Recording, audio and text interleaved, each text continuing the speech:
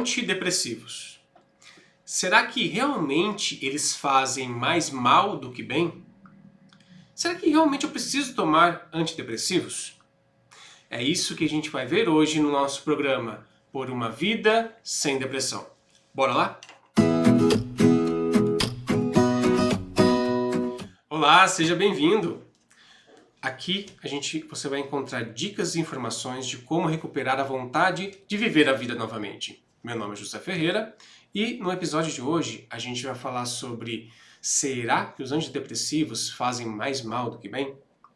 Para que eu possa responder essa pergunta para vocês, primeiramente eu tenho que falar para vocês o que são os antidepressivos, né? Os antidepressivos, eles são medicamentos, né, que atuam justamente no combate à depressão. Mas é engraçado que, não que é engraçado, né? Foi descoberto isso depois, que os antidepressivos também ajudam na ansiedade. São usados também para tratar a ansiedade. Mas por que acontece isso? Porque o principal foco dos antidepressivos é a serotonina, né? Alguns, né? Alguns é a serotonina. Outros também agem em outros neurotransmissores. Mas o que eu quero dizer para vocês é que o antidepressivo age em neurotransmissores responsáveis pelo humor, responsável justamente por essas questões do humor. E alguns antidepressivos agem especificamente na serotonina, certo? E essa serotonina, ela é responsável tanto pela nossa regulação, né, do humor deprimido, né, do humor que a gente fica triste, que a gente fica desanimado e tal, como também na regulação da ansiedade. A ansiedade que, quero recordar para vocês, não é ruim, não é patológico assim na sua essência. A ansiedade é do ser humano, é natural do ser humano, porque com o passar do tempo, nós sobrevivemos, né, ao passar da nossa história até hoje por causa de nossa ansiedade, por causa desse reagir do corpo para lutar ou para fugir de perigos. Agora, quando a ansiedade fica excessiva e fora do comum, daí vira um transtorno. E aí que a gente tem que entrar com esses antidepressivos. Mas o nosso foco aqui é falar sobre depressão, né? Se você realmente precisa usar ou não. Isso também, né, faz mais mal do que bem. Então vamos lá. Voltando ao fio da meada, esses antidepressivos agem nesses neurotransmissores, né, e eles regulam isso, regulando também, né, o humor quando necessário. Por que quando necessário? Existem casos que a gente não precisa dos antidepressivos, né, que são os casos mais leves de depressão. Esses casos mais leves, é preconizado que a pessoa entre primeiramente com a psicoterapia. A psicoterapia e exercícios físicos. Agora, quando a pessoa está muito incapacitada, e isso também tem que ser levado ao médico para fazer uma avaliação, né, daí o médico vai definir se esse nível, né, de sintomas, de capacitação e tal, né, de que você consegue ou não fazer as coisas, de como está atrapalhando a sua vida ou não, que ele vai decidir passar um antidepressivo ou indicar realmente para você continuar a fazer uma psicoterapia e exercícios físicos. Uma curiosidade dos antidepressivos, gente, é que eles não foram descobertos, não foram criados porque os cientistas estavam focando nisso. Na verdade, os antidepressivos surgiram como efeito colateral, né, de um remédio para tuberculose, mais ou menos na década de 40, 50. E eles perceberam que essas pessoas que tomavam, que faziam tratamento, né, para tuberculose com esses medicamentos, começaram a se elevar o humor, começaram a ficar mais com energia, mais dispostos, principalmente soldados na guerra, né, naquela época. Então eles viram que esse efeito colateral do remédio para tuberculose, olha só, do remédio para tuberculose, ajudavam também nesses casos de pessoas deprimidas e para levantar o humor, né? Com o passar dos anos, a tecnologia foi aumentando, né, os cientistas foram, né, pesquisando mais e surgiram os outros tipos de antidepressivos que agem, como eu disse anteriormente, nos neurotransmissores. Não só na serotonina, também agem na dopamina, que é o neurotransmissor responsável pela motivação, né, pela essa vontade de fazer as coisas, né, esse impulso, né, para fazer as coisas. E também na noradrenalina, que é responsável pela nossa energia. A noradrenalina dá essa questão da disposição, dá essa questão de não ficar sonolento, né, além, claro, da serotonina. Então, foram descobertos esses antidepressivos, né, e com o passar também dos anos até agora, os antidepressivos foram evoluindo, né? E aí que eu quero chegar. Antidepressivos que iniciaram no começo, né, os mais antigos, eles dão mais efeitos colaterais que os novos. Não que os novos não tenham, mas é menor. Tá? E esses efeitos colaterais, muitas pessoas pensam, não, eu estou passando mais mal do que eu estou melhorando com esses remédios. Bom, gente, não é bem assim. E eu vou mostrar por quê. Agora a gente vai ali no ClipChart. Bora lá? Bom, pessoal, eu trouxe vocês aqui, né, para a ClipChart, para justamente vocês possam entender primeiro como esses medicamentos, como esses antipsicóticos agem no seu cérebro, no seu corpo. Porque a partir desse momento desse agir, né, no cérebro, nessas ações que ele faz, além do efeito que nós queremos que ele faça, também, infelizmente, tem alguns efeitos colaterais que ainda não conseguimos eximir mesmo, tirar de tudo, né? Claro que os antidepressivos de hoje é muito mais modernos do que antes, e com isso faz com que eles tenham menos efeitos colaterais, mas não quer dizer que não tenha, tá bom? Então, olha só, esse aqui faz de conta que esse aqui é o cérebro, tá, gente? É o nosso cérebro.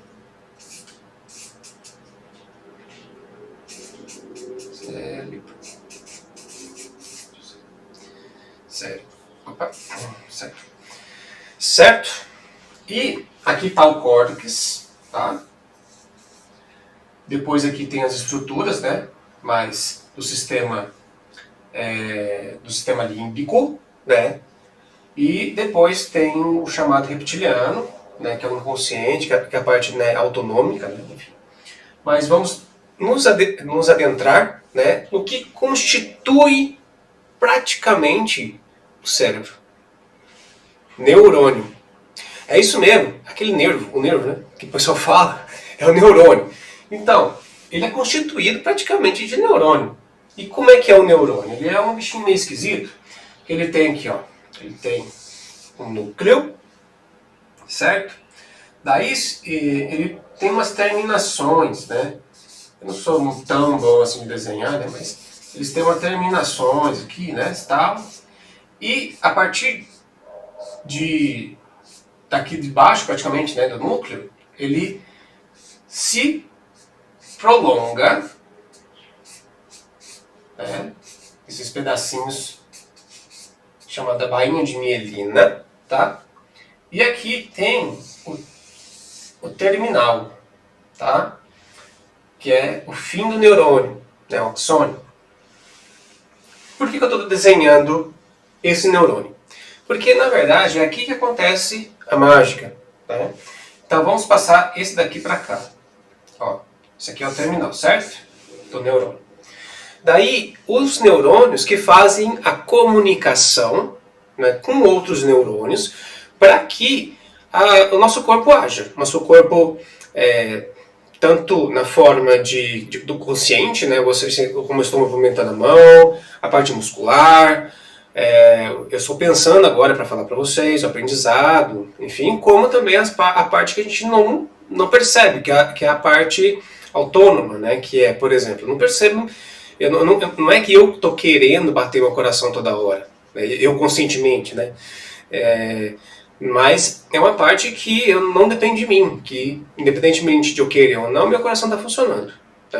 O meu intestino está tendo a peristalse, que é o movimento do intestino, enfim. Então, isso é tudo formado por conexões e informações de neurônio, que tem duas formas, ou pelo potencial de ação, que é a forma elétrica, né? Tipo assim, dá as cargas, né, muda a carga positiva para negativa e dá essa informação, e também a parte química. E aí que vem o pulo do gato da nossa aula de hoje. A parte química ela vai comunicar justamente esse terminal, né, com o axônio de um outro neurônio, de um dendrito, né? O axônio, que é isso aqui, ó, eles chamam de axônio, ele vai comunicar com o dendrito de um outro neurônio. Vamos supor, tem um outro neurônio aqui, ele vai comunicar aqui, ó. Aí, certo? Aqui, gente, que são excretados, por assim dizer, ou seja, são produzidos e passados para frente, né, os neurotransmissores, né, que é justamente transmissão, né, neurotransmissores. São substâncias que que passam informação de um neurônio para o outro. E passa justamente aqui. Os neurônios não são ligadinhos, tá? Tem tipo uma fenda, né? Aqui uma aberturinha, onde esses neurotransmissores que estão aqui vai para essa aberturinha e se ligam a receptores. Ou seja, ele manda um sinal químico, né? E esse sinal químico vai ligar nesses receptores. E esses receptores, quando o neurotransmissor se liga nesse receptor, ele recebe a mensagem e passa a mensagem para frente. E assim vai passando mensagem de neurônio para neurônio. Agora, quando num processo depressivo, a pessoa ela se sente mal, se sente sem motivação, se sente irritado, qualquer coisinha fica a flor da pele, no caso da depressão ansiosa, né? Enfim, daí, nesses casos que no caso da conexão, muitas vezes por expressão, né, de genes, ou outros, também tem outros fatores, mas tem muitas expressões, acho que 20%, 10% é por expressão de genes, né, genético, né? Ele começa a pôr aqui na fenda, a passar, a produzir, né, e passar para frente menos neurotransmissor.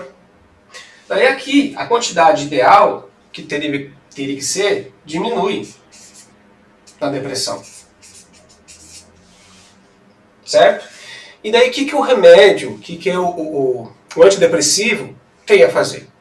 Ele vai lá e impede que o neurotransmissor que está aqui, nessa fenda, volte para dentro do neurônio de novo. Por quê? Porque o nosso corpo é muito econômico, gente.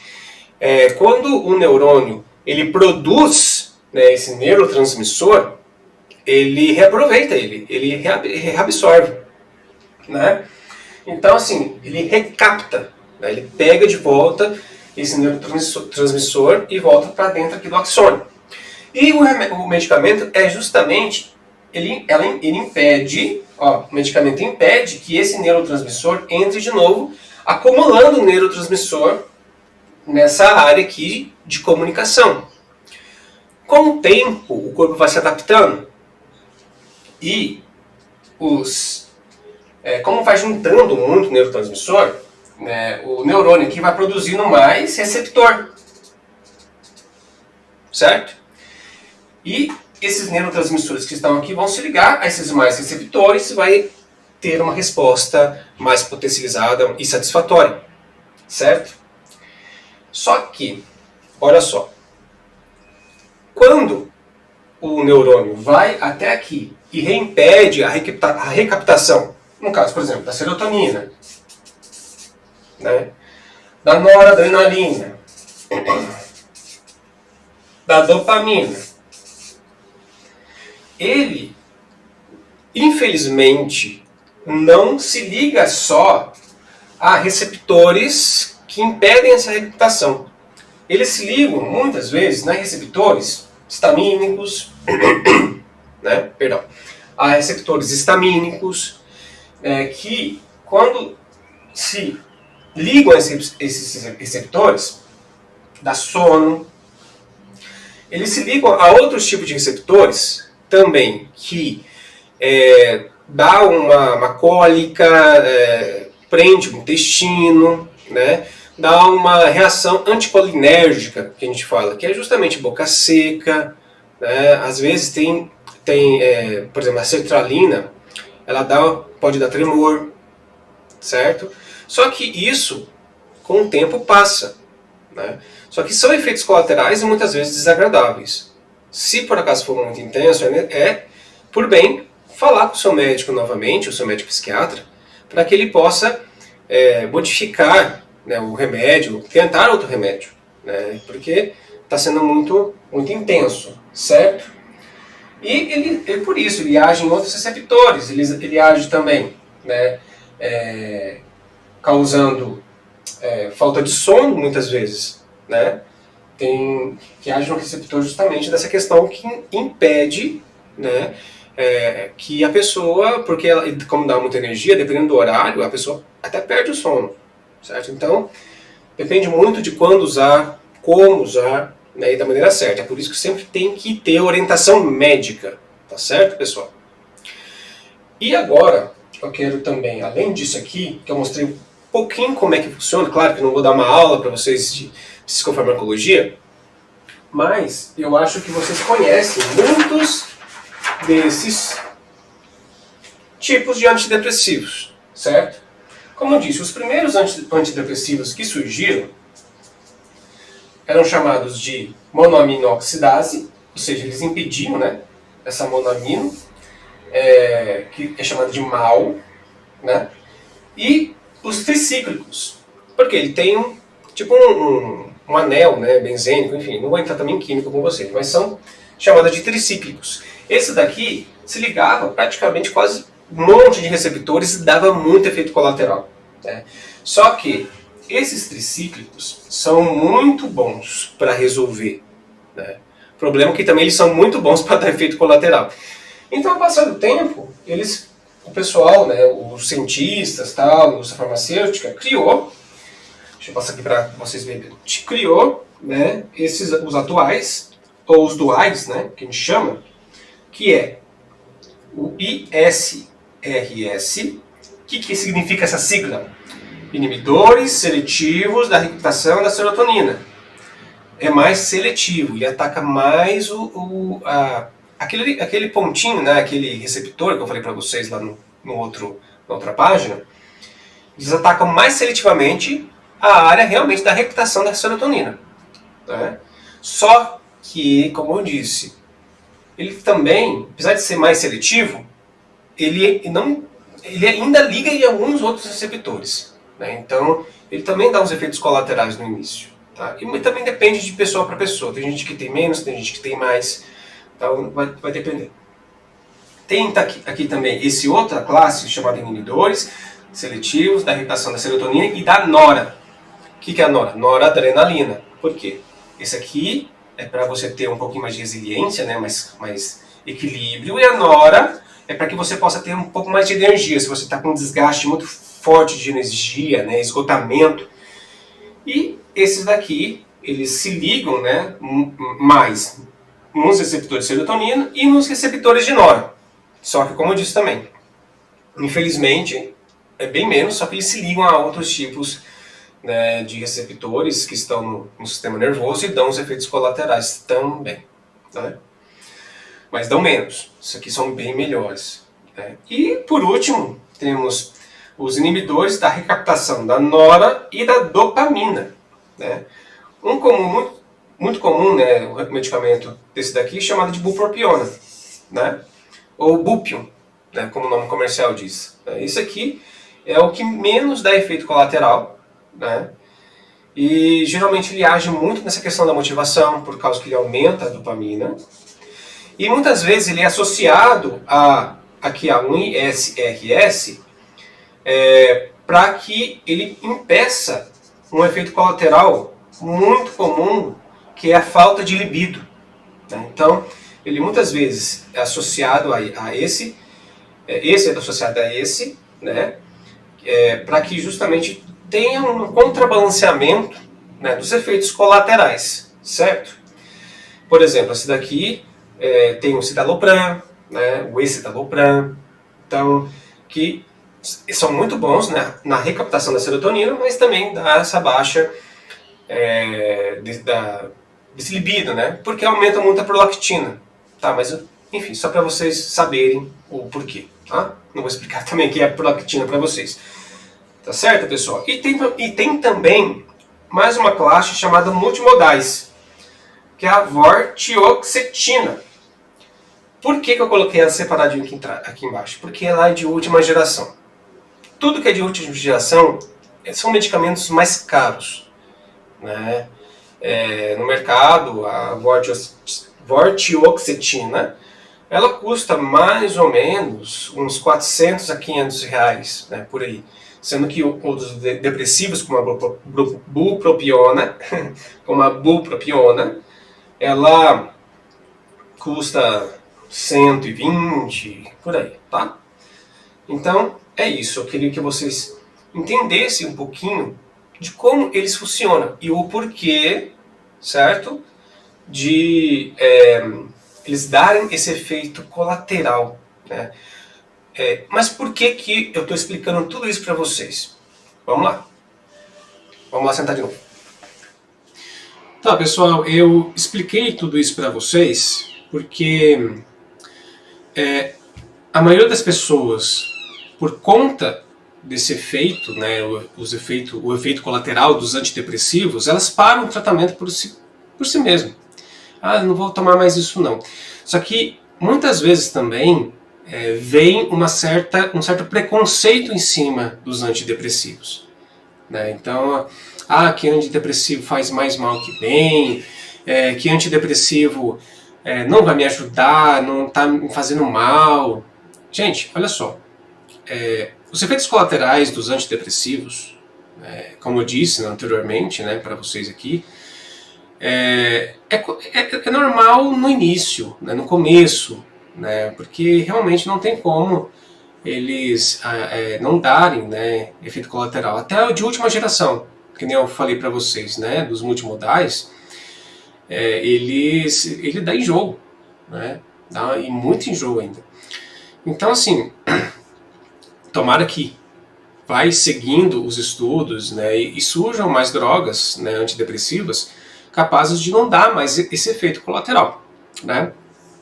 Mas assim, nunca pare, né, o antidepressivo, né, por conta própria. Aqui, tudo bem, ele não causa dependência, tá? O antidepressivo não causa dependência. Mas se você está tomando já há algum tempo, se você parar abruptamente, né, você pode cair numa síndrome chamada de síndrome da retirada, certo? Em que o seu corpo, ele meio que, quando você tira, né, abruptamente, ele meio que tem que recuperar, né, aquele estímulo, né, aquela ação, né, aquele efeito do medicamento, e até ele recuperar isso demora um tempinho, e você fica muitas vezes sentindo, né, os efeitos, né, da falta, por exemplo, da ação daquele medicamento do antidepressivo, né, por ele não, você ter parado e o corpo ainda não conseguir, né, fazer esse mesmo efeito. Então, o antidepressivo, gente, para que ele possa ser benéfico à sua retirada, tem que ser com o médico e no momento certo também, né, e aos poucos, tá? Que a gente chama de desmame, certo? Então, sempre tem que ter essa orientação médica. Porque o protocolo de tratamento para a depressão é de 1 ano a 2. Lembra que eu falei, né? Naquele quadro anterior, que eu estava no Clip Chart, e aqueles receptores, né, para que eles se formem, né, para que o corpo possa se adaptar, né, possa ter essa neuroplasticidade, é necessário um tempo, e nesse tempo dura entre mais ou menos 1 ano a 2 anos. Né? Então esse é o tempo do tratamento, que o médico também, que te acompanha, vai dizer para você, né, se tá bom ou não, né, se você já tá bem, enfim, te dá alta, né, e tirar os medicamentos, tá bom? Mas não tire, gente. Se você realmente precisa do medicamento, ele vai te ajudar muito. Tomado da maneira certa, feito da maneira certa, ele tem uma grande vantagem, né? Porque assim, pensa só, se você realmente está faltando esses neurotransmissores quimicamente, né, não é só a coisa da sua, não é só a questão de você precisar fazer uma terapia, né, mas quimicamente, muitas vezes o seu corpo não consegue se recuperar sozinho de uma hora para outra. Então é necessária essa ajuda, né, para o seu corpo. Eu falo assim que qualquer medicamento, gente, qualquer medicamento que você tome, né, sempre é o menos mal, porque o ideal é que você não tome medicamento. O ideal é que a gente esteja bem, que a gente não precise, mas é o menos mal, por assim dizer. Né? Para os antidepressivos é a mesma coisa. Se você realmente está precisando, ele vai te ajudar muito. Se você não está conseguindo fazer as coisas, se você realmente está tendo esse prejuízo, e muitas vezes a pessoa não consegue nem trabalhar, o antidepressivo vai te ajudar a recobrar esse humor, né, essa energia, essa força, né? Então, que você possa também confiar no seu médico, que você possa também acreditar também nisso, mas cuidado, não tire eles por conta própria e também não comece a usar por conta própria. Alguns dias, né, eu vi uma matéria sobre o Venvance. O Venvance é um remédio para TDAH. Gente, tudo bem, o pessoal compra Venvance para estudar, para concurso, para prova de faculdade, para aumentar essa concentração, né, porque é para TDAH, que é o transtorno de déficit de atenção, né, e hiperatividade, vai ter um efeito, ou seja, a pessoa vai ter essa concentração, mas não há nada cientificamente comprovado que a pessoa vai fixar o conteúdo. E outra, isso pode viciar, né, isso pode causar dependência. Então, assim, se usado, claro, da maneira errada. Então, gente, cuidado, tá bom? O antidepressivo é uma grande vantagem para nós hoje em dia, terapeuticamente, ajuda muito quando você precisa, mas ele, como um professor meu dizia, né, o remédio está, o veneno, na verdade, está na dose do remédio.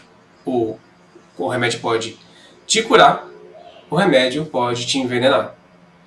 E está na dose certa, na maneira também que você usa aquele medicamento.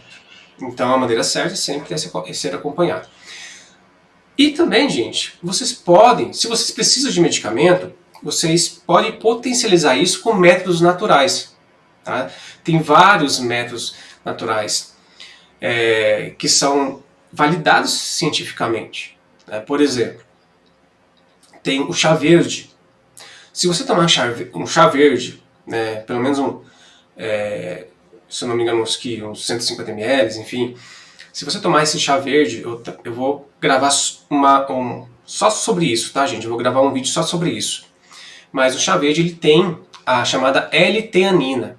A L-teanina, além de equilibrar, né, que incentiva o GABA, né, o neurotransmissor que dá o equilíbrio, diminui um pouco a ansiedade, né, que também a depressão causa, ele ajuda também indícios, né, indícios que ele ajuda também a secretar mais, né, a produzir mais neurotransmissores, alguns neurotransmissores. Né? Então o chá verde é muito bom.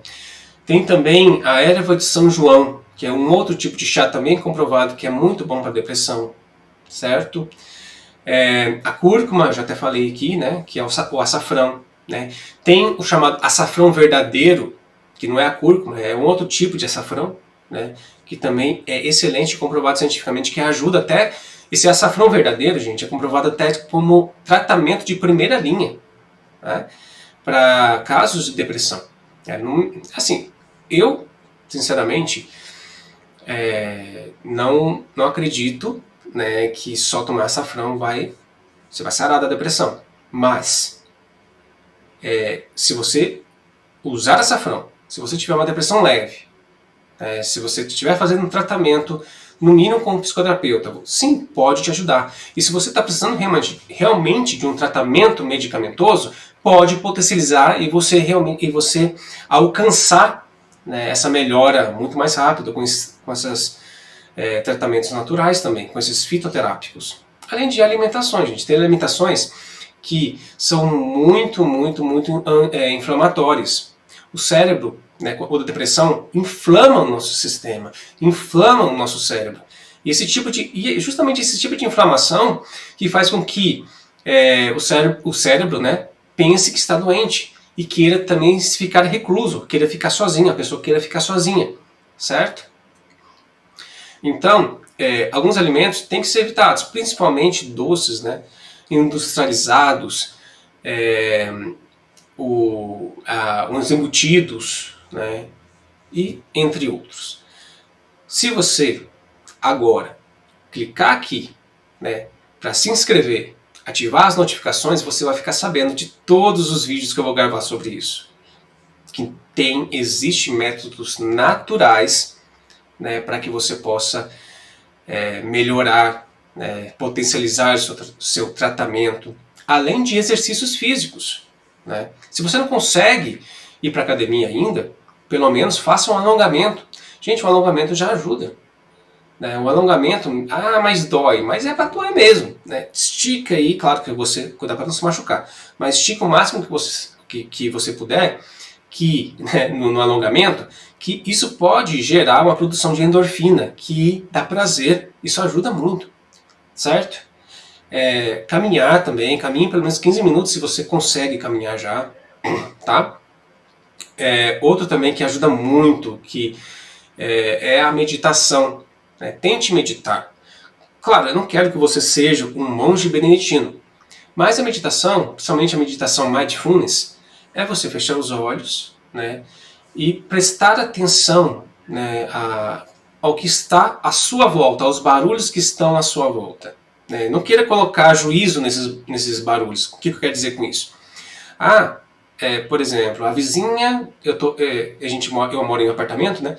Então a vizinha de cima está sapateando e eu estou escutando o sapato dela.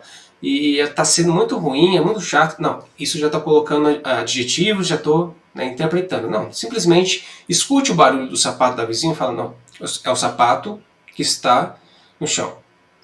O carro passou, o carro acabou de passar na rua. Só pense, claro, você não vai falar consigo mesmo, mas preste atenção. É por isso que é atenção plena. Né? E esse processo de você prestar atenção no aqui e agora te ajuda muito também no processo de produção, né, de neurotransmissores, né, de bem-estar, e para que você possa também ter mais esse suporte. E, repito mais uma vez, cadastre-se, né, no canal, dê o like, ativa o sininho para ficar mais atento, tá, nos outros vídeos que vão aparecer por aqui. Tá bom?